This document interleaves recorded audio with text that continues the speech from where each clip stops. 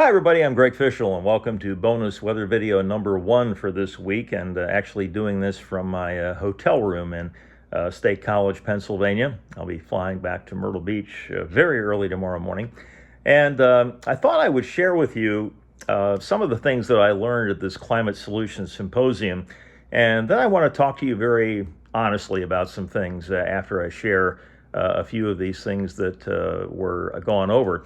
I think that the biggest takeaway I have or had from this conference is that the amount of interdisciplinary work that is being done to combat the climate issue absolutely blew me away. It used to be that maybe you had a whole bunch of different departments on a university campus and they were all doing their own thing, but they weren't talking to each other. And now that is much, much better. They're understanding each other. They realize that this is not a one solution thing, that there are a number of different ways that carbon gets put into the atmosphere, and there are a number of different ways to either mitigate that or adapt to it. And I think the point was made that, both of these are going to be necessary because the effects are already taking place. There's no question about that. And so there is going to have to be some adaptation. There was also something talked about called climate justice, and I found this very, very interesting, talking about the fact that some of the people that are going to be harmed or have been harmed the most by some of these stronger hurricanes are the ones that are least able to deal with it. And they gave an example in Puerto Rico after a hurricane went through there, and there was a small group of people that had their own solar farm, and they were back on the grid. They had power within 24 hours, while the rest of the island was without power for almost a month. And so they talked about the fact that people need to be empowered to, choose how they get their electricity and not to be at the mercy of, major power companies that, they're never going to have any voice in. So all of these things I found very, very interesting. There was a talk today about aviation. They're working on different types of fuel and different types of engines to reduce the carbon footprint from airplanes and so forth. Let me see if there's anything. There was one point brought up about the fact that drier conditions increase irrigation needs, and then irrigation, because it's being used more, stresses the water supply. So it's sort of a cascading effect. It was absolutely said in this talk about aviation that fully electric planes are just not feasible right now. That they sort of joked about the fact that what they're aiming for is a Prius in the sky. So a hybrid type energy source, but they were very honest about the fact that fully electric planes are just, that's not going to happen, at least not for a long time. And I think those are, maybe some of the highlights. But again, there were just so many departments that gave presentations at this symposium, and they were all coming at this from different angles, dealing with different problems, but they were all talking to each other. And I think that's what I found so encouraging.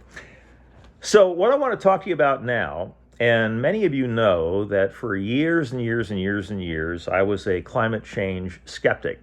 And people have speculated as to why I changed my tune on this, that they said that, WRAL forced Greg to change his mind because they're a liberal station.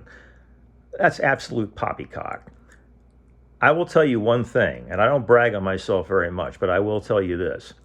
Nobody has, nobody does now, nobody ever will control what comes out of this mouth, okay?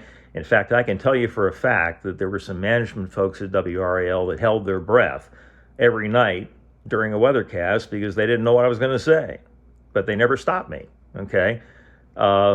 So that's absurd. There was another rumor going around that when they switched to NBC, that because NBC was quote unquote liberal, that's why I had to change my opinion. That's equally absurd. The reason that I changed my mind is that I came to the realization that I was allowing my political ideology at the time to dictate my opinion about a science issue, and that was dead wrong. I don't allow my political ideology to dictate my duties every day in terms of forecasting the weather. Why would I allow it to dictate my opinion about another science issue? And so once I started taking a scientific approach to this issue, then it became impossible for me to deny that man was having an effect. Now, maybe we could still argue about how much that effect is, but to say that it's a hoax, that it's a massive conspiracy on the part of the government to control people's lives, that's garbage. That's just straight out garbage. And let me be very, very blunt about this. I no longer listen to, or for that matter, care what Fox News says about this issue or any other. I no longer listen to or care what CNN says about this or any other issue. I no longer listen to or care what MSNBC says about this issue or any other. Why?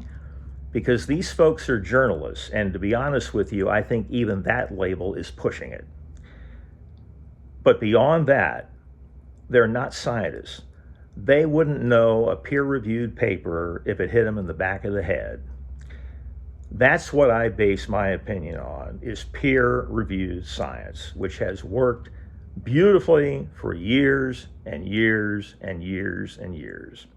And it continues to work well today, and it will continue to work well in the future, okay? We are seeing the effects of climate change already. The most primitive climate models back in the 1980s predicted that the Arctic regions would warm the fastest, and that's exactly what has happened. And you know, the thing about it is, even if you don't think that the chance of down the road catastrophic climate change is that big of a chance, there are such things as low probability, high impact events where you may not think there's a very good chance of it happening, but if it does, you're screwed. You're screwed big time, okay? Kerry Emanuel, distinguished professor of meteorology at MIT, now retired, I think put it best. He said it all boils down to risk assessment. And he said we all know what that is, because when we get in the car to drive to work in the morning, we assess the risk of being in an accident. Most times we accept that risk, but we still have to assess the risk. If there's a way to reduce the risk without harming people, why is that something that we couldn't all buy into? And I love that approach, because it isn't, we're all going to die tomorrow, and we're not. And it's not, we can do whatever the hell we want and God will save us. Those are two equally absurd arguments. We need to stop this us-them crap, okay? Back in the 1980s, when Ronald Reagan was president and Tip O'Neill was Speaker of the House, they could not have been more opposite politically, but they were great friends. And they broke bread together, and they talked, and they compromised, and they got stuff done. And they respected each other as human beings. We live in a day and age right now where if you're even seen with a member of the other political party, you're scorned. We're all Americans, folks. We're all in this together. And we better start acting like it, because if we don't, we're going down a road that is very, very, very dangerous. Let's start concentrating on our commonalities. Let's start working together to solve problems. We can disagree. That's fine. That's what makes America great, is having different ideas. But let's respect that difference and not scorn it, and not be intolerant of it, okay? And you know what? If you listen to somebody that has a different opinion than you do, and you consider the remotest of possibilities that they may have a point on something, you could actually learn something. And there's nothing to be ashamed of about that. None of us has cornered the market on knowledge. Okay? all of us can learn from each other. And that's what we need to start doing instead of name calling and throwing things at each other and all of that. That's not what democracy is all about, okay? Democracy is about all of us being Americans, all of us working together, all of us respecting each other and getting stuff done. All right, folks, that's my sermon for today. That's bonus weather video number 1 for this week.